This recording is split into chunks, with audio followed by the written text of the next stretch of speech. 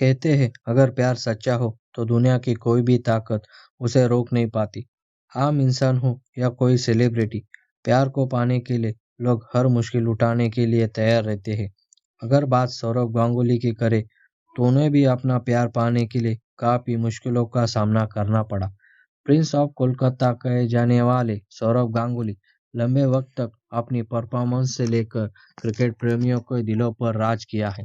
Cricket में मशहूर होने से पहले ही सौरव गांगुली अपनी लव लाइफ को लेके आगे बढ़ चुके थे। पड़ोस में रहने वाली डोना के साथ बचपन में खेलते कूदते हुए वह उनके इश्क में इस कदर डूबे कि उनसे मिलने के लिए अक्सर चिप चिप कर उनके स्कूल भी जाया करते थे। Saurav Ganguly Saint Xavier school में पढ़ते थे तो डोना लॉरेंटोस कॉन्वेंट में। स्कूल जाने के बहाने ही वह एक दूसरे से मिलते रहते थे। डोना और सौरव गांगुली के परिवार के बीच पहले रिश्ते काफी अच्छे थे। इनके परिवार एक समय में एक दूसरे के बिजनेस पार्टनर भी रहे, लेकिन किसी बात को लेकर इनके बीच अनबन हो गई और तनातनी इतनी ज्यादा बढ़ गई कि परिवारों के बीच बातचीत पूरी तरह बंद हो गई। इसी दौरान डोना और सौरव गांगुली को काफी ज्यादा मुश्किलें हुई क्योंकि वो दोनों एक दूसरे से बेपनाह मोहब्बत करते थे। इस दौरान दोनों घर से दूर चिप कर मिला करते थे। सौरभ और डोना को जल्द ये एहसास हो गया कि वह एक दूसरे के बिना नहीं रह सकते। दोनों ने इसके बारे में अपने घरों में बात की, लेकिन उनके घरवाले राजी नहीं हुए।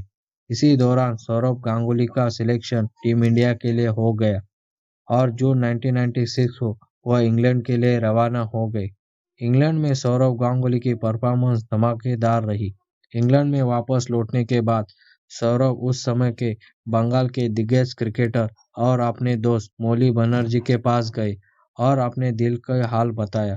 तब उनके दोस्त मौली ने उन्हें कोर्ट मैरिज करने की सलाह दी। अंतर्राष्ट्रीय क्रिकेट खेलने के बाद सौरव एक फेमस चेहरा बन चुके थे और मीडिया में भी उनके कवरेज प्रमुखता से छापने लगी थी। उनके प्यार की खबर मीडिया को थी, इसलिए मीडिया की एक नज़र डोना पर भी रहती थी। उधर 12 अगस्त 1996 को सौरभ ने डोना के साथ कोर्ट मैरिज करने का प्लान किया, लेकिन बात लीक हो गई और कोर्ट के बाहर मीडिया का जमावड़ा लग गया। सौरभ जब डोना के साथ कोर्ट पहुंचे तो मीडिया को देखकर वह वहां से खिसक गए। प्लान फेल होने से दुखी सौरभ का साथ उनके दोस्त मौली ने दिया।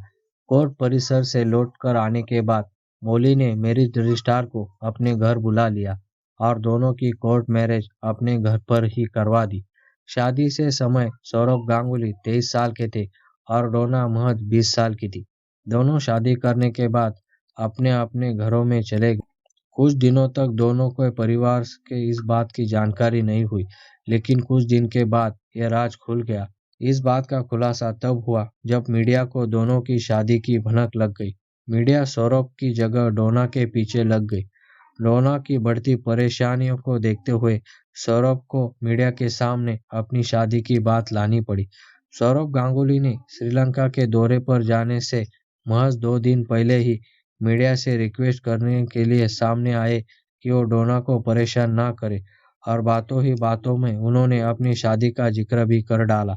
इसके बाद दोनों के परिवारों को शादी के बारे में पता चल गया। सौरभ और डोना ने एक दूसरे के परिवारों को बहुत मनाया और अंत में उनके परिवारों ने भी इस शादी को स्वीकार कर लिया और तब दोनों ही परिवारों ने विविधता बंगाली रीति रिवाज के साथ डोना और सौरभ की दोबारा शादी कराई थी। 2001 में कपल को एक प्यारी सी बेटी सना भी हुई। सौरभ गांगुली और डोना की शादी को करीब 24 साल हो गए और दोनों के बीच आज भी उतना ही प्यार नजर आता है। गांगुली जहां अब बीसीसीआई के अध्यक्ष बन चुके हैं, वही उनकी पत्नी डोना ओडिशा में डांस स्कूल चलाती है। तो आपको इस कपल की लव स्टोरी कैसी लगी, हमें ज़रूर बताइए और कोई सुझाव हो तो भी अवश्य दें।